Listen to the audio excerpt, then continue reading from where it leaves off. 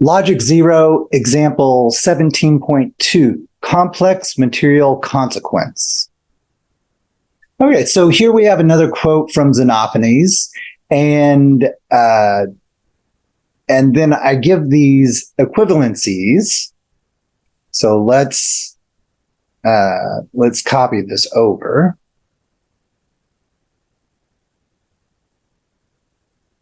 All right, so we have the quotes, and then here are the variable assignments. And in the example here, what I suggest is that this symbolic proposition is what Xenophanes is logically saying. So I did want to give the full sort of pseudo-English translation of this symbolic statement so that you can see what I'm talking about. So I'm going to start with the variable a. So I'm just going to copy this.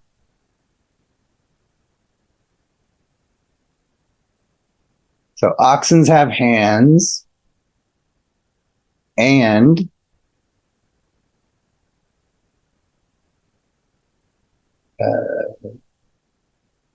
B, horses have hands. Okay. And so that's what is inside of these inner parentheses here. And then we need what is inside of these parentheses here. Let me just put this on a different line. So let's just take this sort of one chunk at a time. C, I'm going to have this.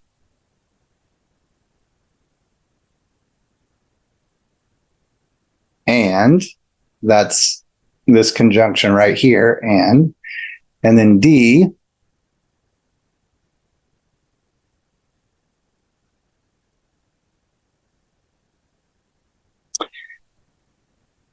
So for A and B, we have oxen have hands and horses have hands. And then for C and D, we have oxen can produce works of art as men do, and horses can produce works of art as men do. Okay.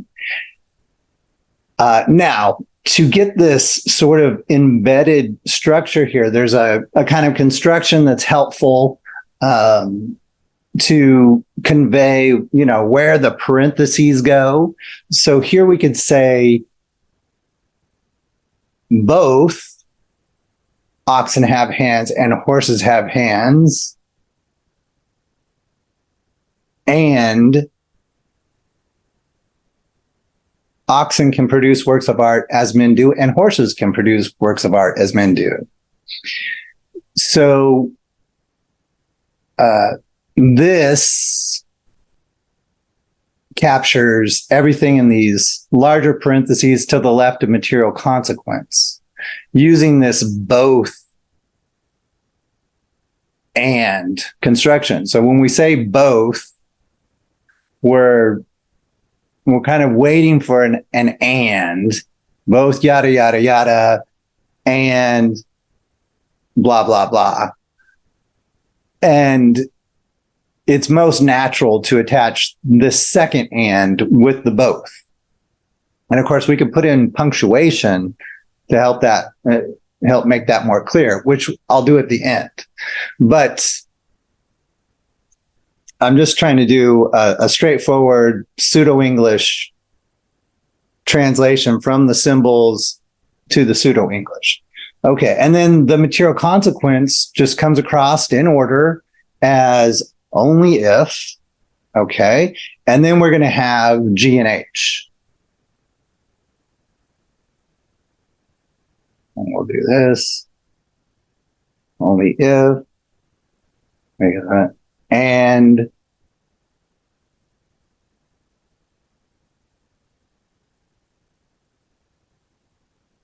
H. All right. So we have a much more complicated structure here, but we could make it into this. Both. So oxen have hands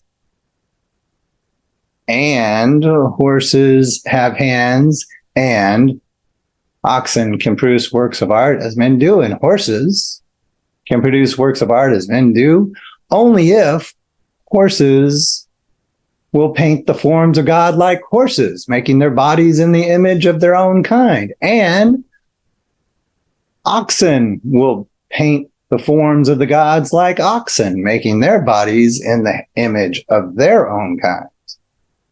Okay, this doesn't quite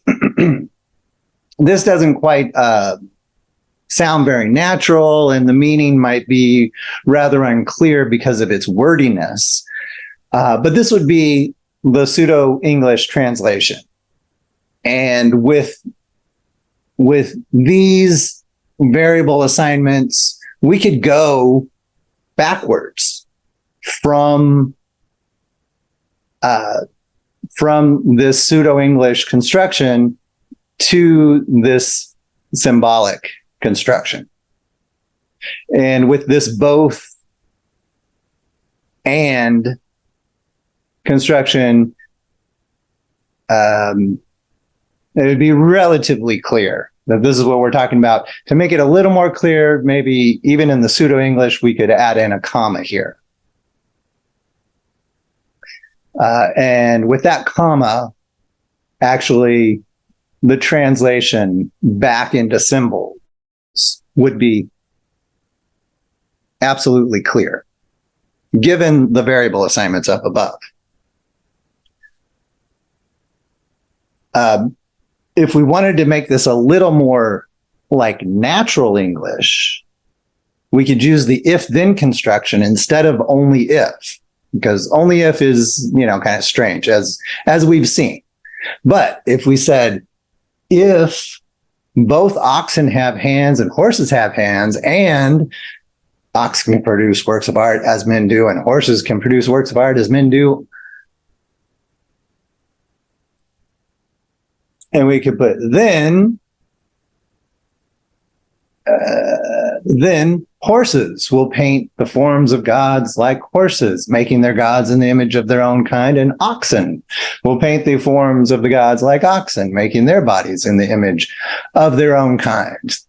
And that actually comes across pretty naturally.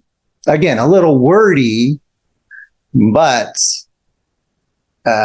if we compare this to what the original quote is, we'll see that they mean the same thing. Like, this is what Xenophanes is saying. This, sort of is repetitious, where the Xenophanes quote sort of just refers back to the earlier construction, but the meaning is the same. So what Xenophanes originally said is, if oxen and horses had hands and could paint with their hands, producing works of art as men do, horses would paint the forms of God like horses, and oxen like oxen. See this, and oxen like oxen. That is something we do in English, where we say, okay, part for part, follow the same pattern, but replace horses with oxen. Whereas in this construction down here, I've repeated the same statement, the same proposition for oxen as it was stated for horses. And then also repeating this for both. So hopefully, intuitively, you can see that the meaning of the original quote is the same as this final construction I gave here. Okay.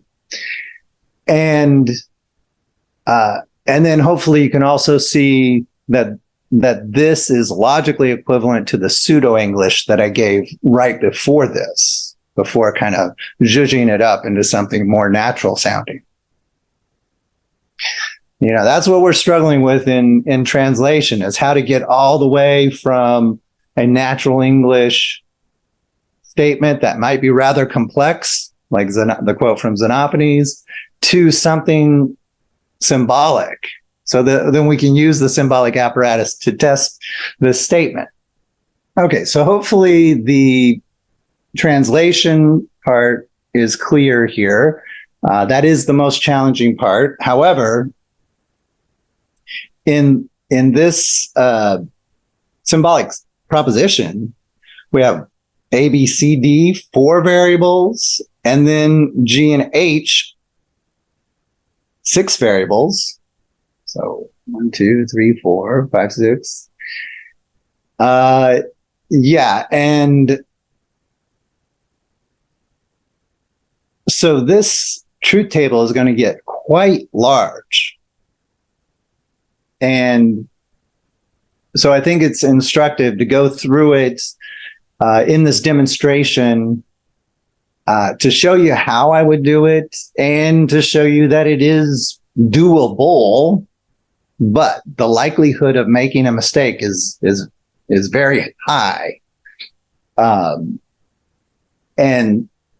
so you have to be really careful. But let me show you the extent of, how big of a truth table we're talking about here.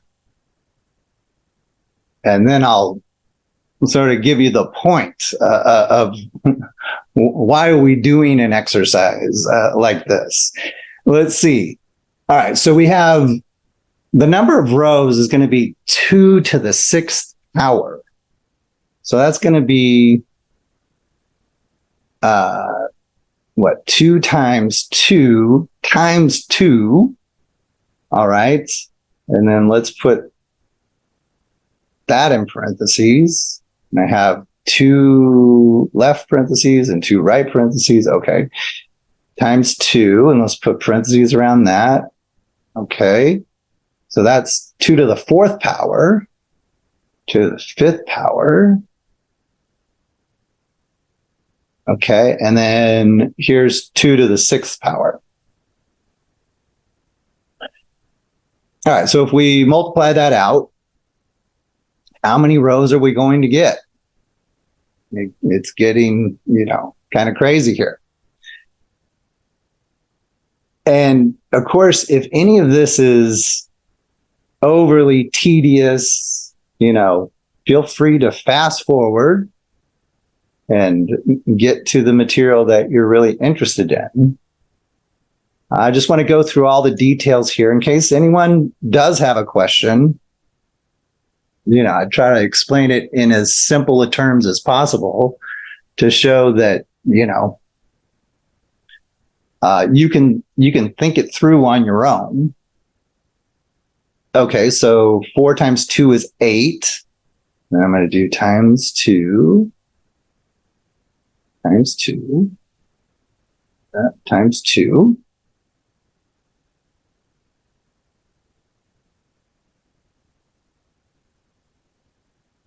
And we're going to go here.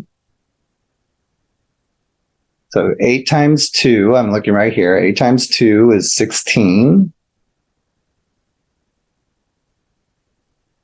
Times 2, close parentheses, times 2. Okay. And we're going to get 16 times 2 is 32. 32 times 2. And I guess I kept that straight enough. Times 2. All right. So this is just going to be 64. So 64 rows. This truth table is going to be extraordinarily large. Now, so why are we doing a truth table with so many rows. This seems to be getting ridiculous. Well, that's the point, really. That's part of what we're learning here, is that there's a real practical limit to truth tables. Truth tables are helpful, as we've seen in the past, when we have like a 4-row truth table. That's pretty informative. An 8-row truth table is still pretty informative. When you start getting to 16 rows, it's like, well, yeah, does it still really convey a lot of information? Maybe, maybe not. But with 64 rows, who can look at a 64-row truth table and say that it tells them something great? Visually, it's just too much. Now, with our procedure, if we just work through it mechanically, the table does help us work through all of the possible interpretations in a very mechanical way. And so it has that value. But here we see that, this is not really what truth tables were meant to be used for. And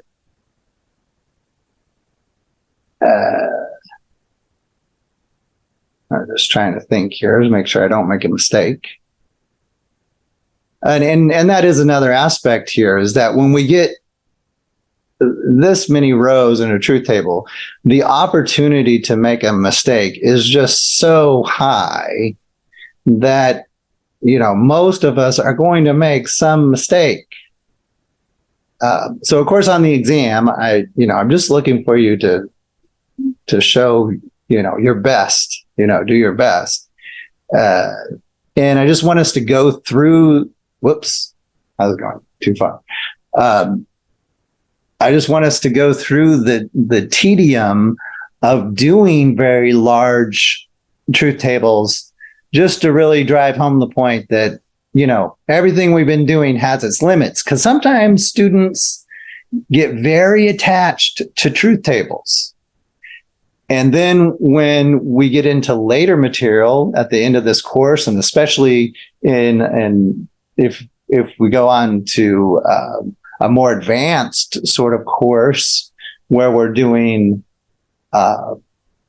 predicate logic, sometimes students are like, well, how do you do a truth table with this? Like, no, we're throwing away truth table. At a certain point, truth tables are just not going to get us to where we need to go. So truth tables have their utility at this introductory level. And now we're reaching the point where they're not really of great utility. And I want you to see that, because I want you to disabuse you of the idea that maybe you could do all logic with truth tables. No, that's not a thing. Okay, so we're going to go out to the farthest right variable. 1, 2, 3, I think. And again, we've seen this before, but I do want to show you this pattern. And again, you can be watching this in fast motion. You can use the speed controls on YouTube to speed things up, fast forward, rewind.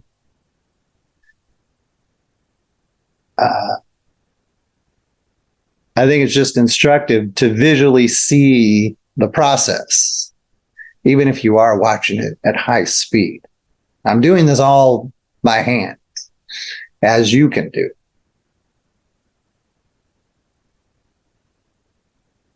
All right, so our farthest right variable is going to get true, false, alternating all the way down.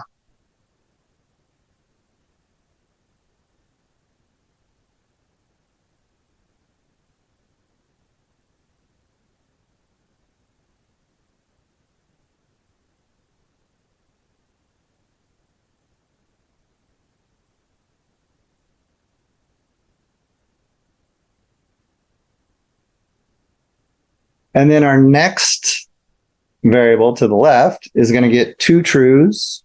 Whoops. Two trues and two falses all the way down. Did I do that right?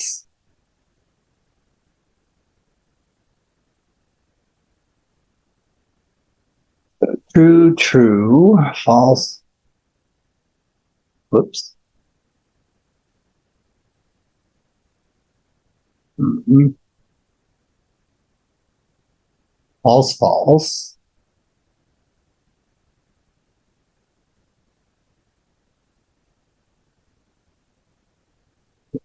Mm.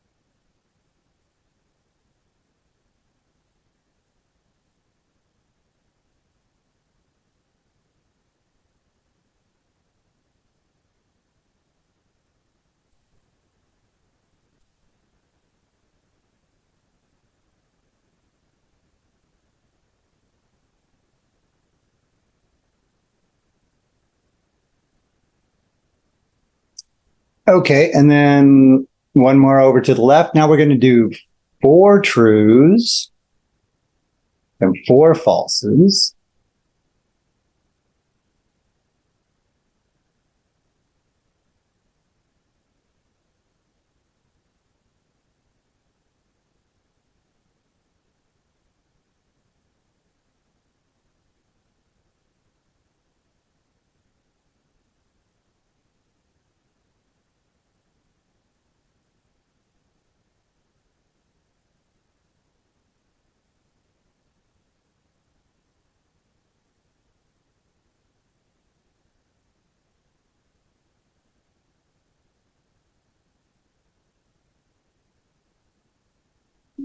True, true, true, true.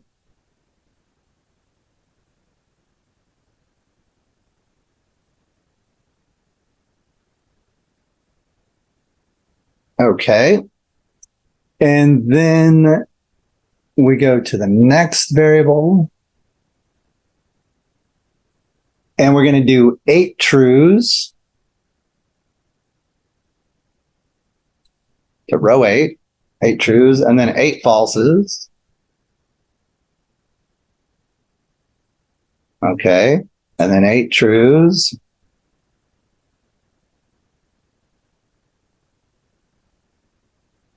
And then 8 falses.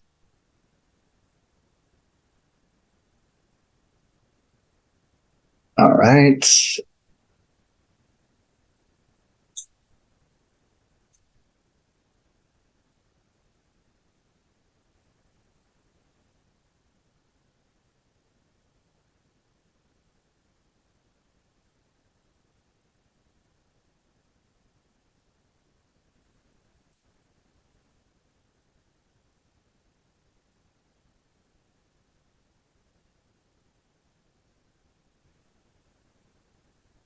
All right.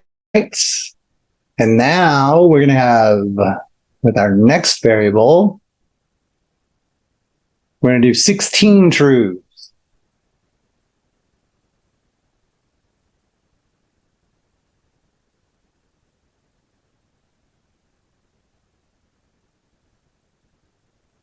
And 16 falses.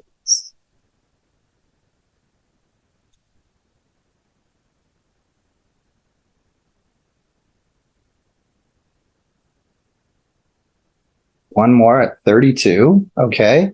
And then 16 trues.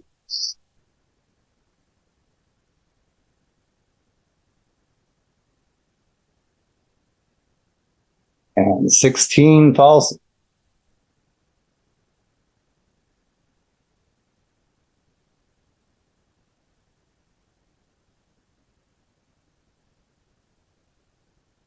All right. And then finally, for the last variable, working right to left, we're going to have 32 trues.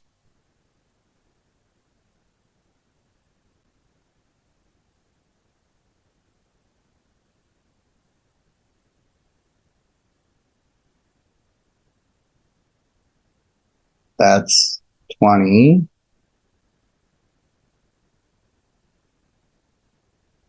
So this is the 30th row, true. 31st, 32nd. So that's 32. And now we're going to do the rest falses.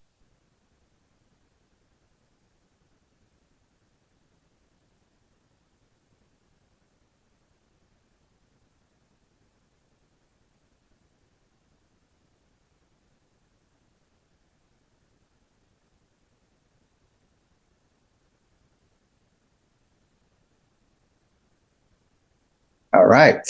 So that's our basic setup. All right. So what does it look like when we fill this all in? All right. So I'm going to put a vertical pipe, and I'm going to copy that and paste it all the way down. So that's 2 underscores after the vertical pipe. So I'm lined up with the A.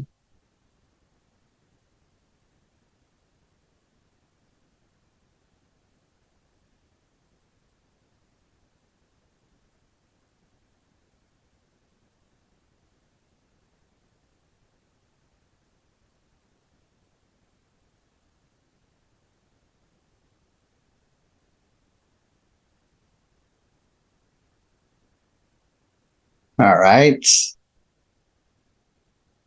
And so then we're going to have half of these are going to be true.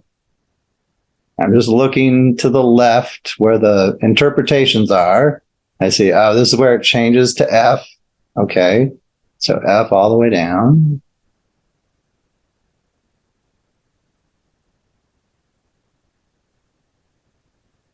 All right.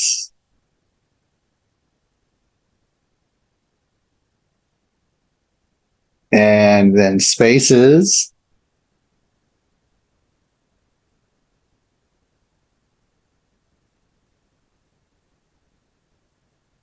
All the way down.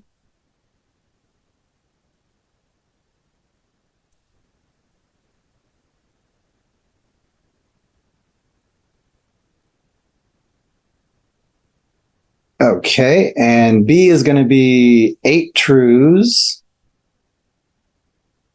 And I'm looking at the interpretations here. So I'm not really counting. Uh, uh, not 8 trues. We're going to have 16 trues and then 16 falses.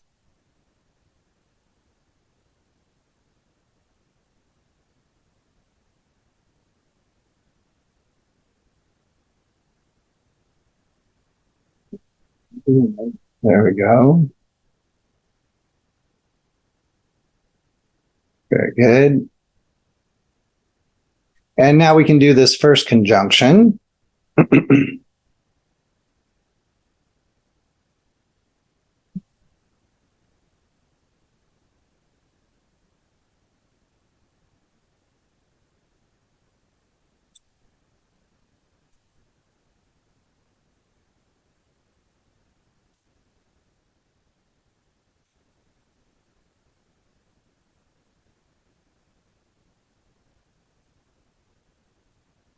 If it's false on the left, I don't even look at the right.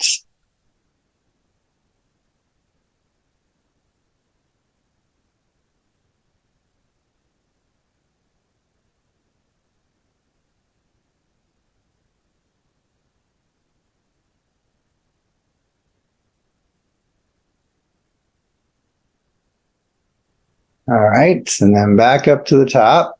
And here, I'm going to do an underscore, a space for the conjunction, and then another underscore. And then I'm going to copy those 3 characters and paste them all the way down.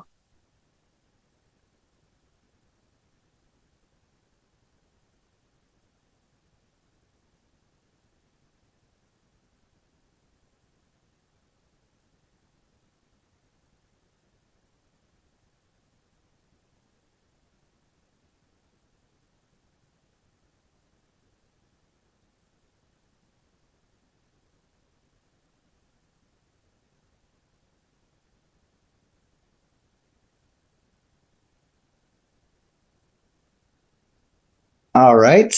And now we can do our C values. So at 8 and then 8. Okay.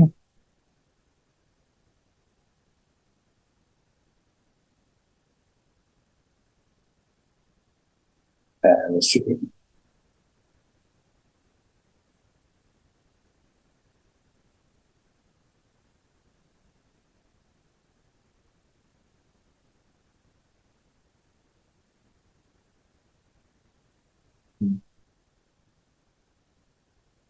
So I'm really using the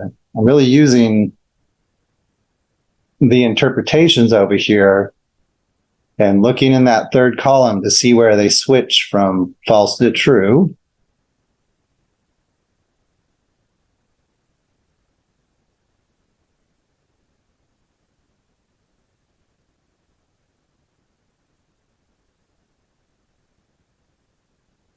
Right.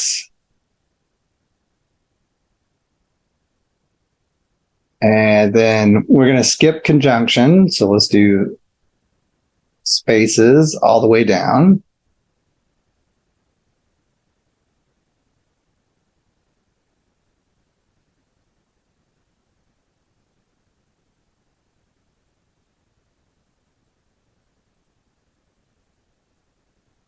Right. And then D is going to be 4 trues, 4 falses. All right. So with 4, I tend to kind of just count them as I'm doing them and not look over, but you can double check. Okay, I'm lined up.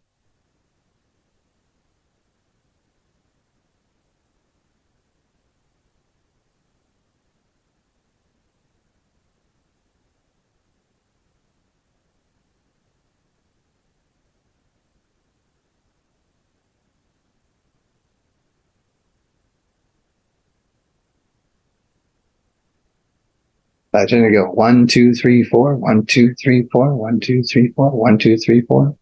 Okay. And then conjunction, same as we've been doing. They both have to be true for it to be true. Right hand is false, so we go false. Left hand false. I don't even look at the right.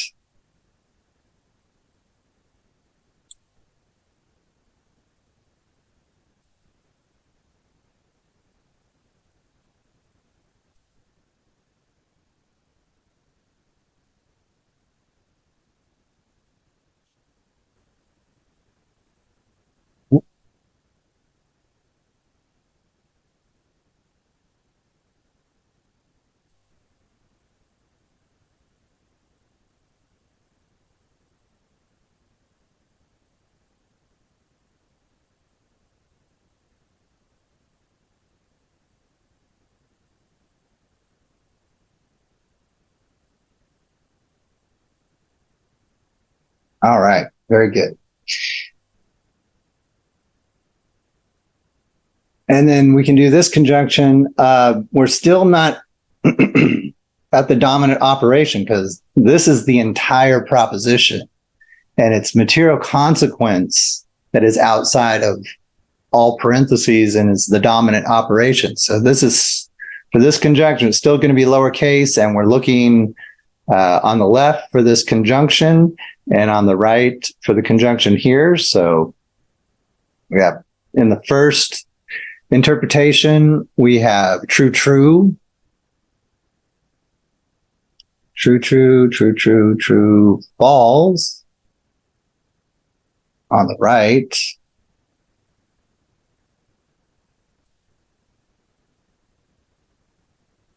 And false on the left.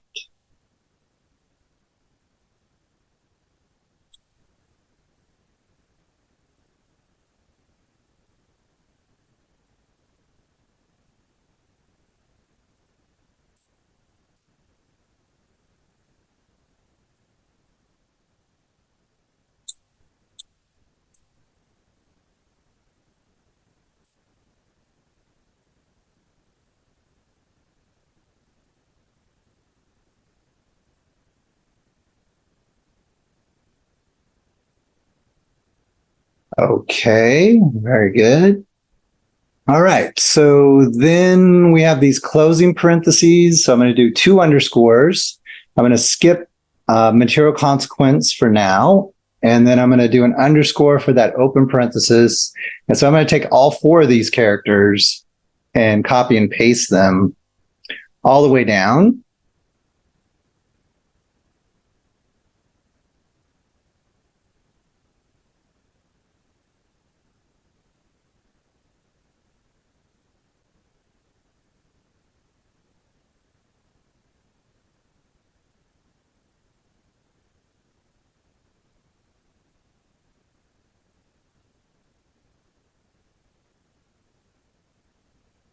There we go. And now we're going to do G, which is 2 trues and 2 falses. Again, here I tend to just count them and maybe just double check every once in a while. 2, 2, true, 2, true, true, false, false, true, true, false, false. Line it up, true, true, false, false, true, true, false, false, true, true, false, false, true, true, false, false. Still lining up, yes, okay, true, true, false, false, true, true, false, whoops, oh, false, still lining up. Okay. And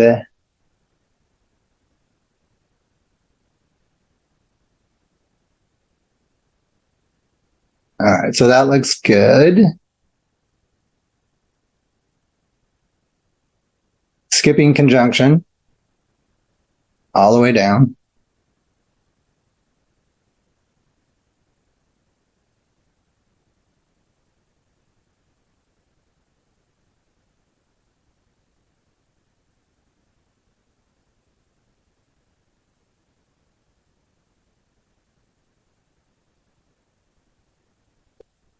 All right. And this is going to be just true, false, alternating. And here I just use muscle memory.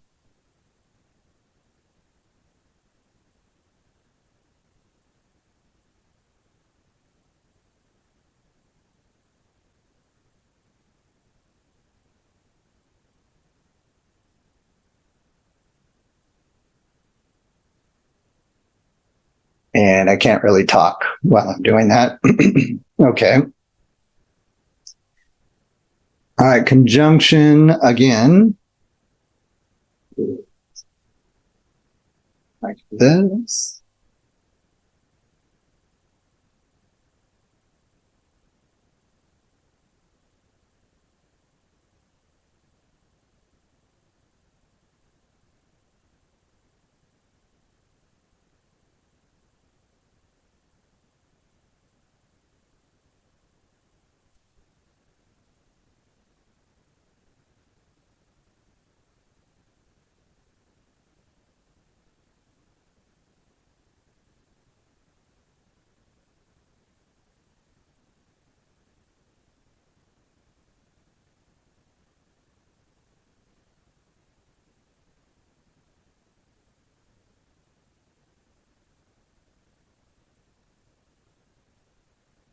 Right. All right, for material consequence now. This is our dominant operation. It is outside of all parentheses. And to the left, we're going to have this conjunction. And to the right, we're going to have this conjunction. Since it is the dominant operation, it's going to get capital letters. And we are doing material consequence. So it's only false when it's true on the left and false on the right. Otherwise, it's true. So true, true is true. True, false, that's where it's false. True, false, true, false. If it's false in the antecedent, then it's true. We don't even need to look at the consequent or the right-hand side. So if it's false on the left, it's just true. False on the left, false on the left, false on the left, false on the left, false on the left, false on the left. False on the left. False. False on the left. Antecedent false. Antecedent false. Antecedent false. Antecedent false. Antecedent false. So on and so forth. Same, same, same. Antecedent false. All down here. Let's see.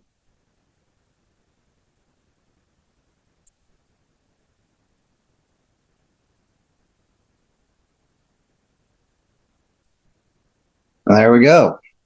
Okay. So it looks like almost all the rows are true. We got a couple of falses. Let me just double check here. Okay. True, false, and true, false. True, false. All right. Looking pretty good. So we're not going to mark any consistencies or significant rows. So we're just going to put semicolons all the way down here.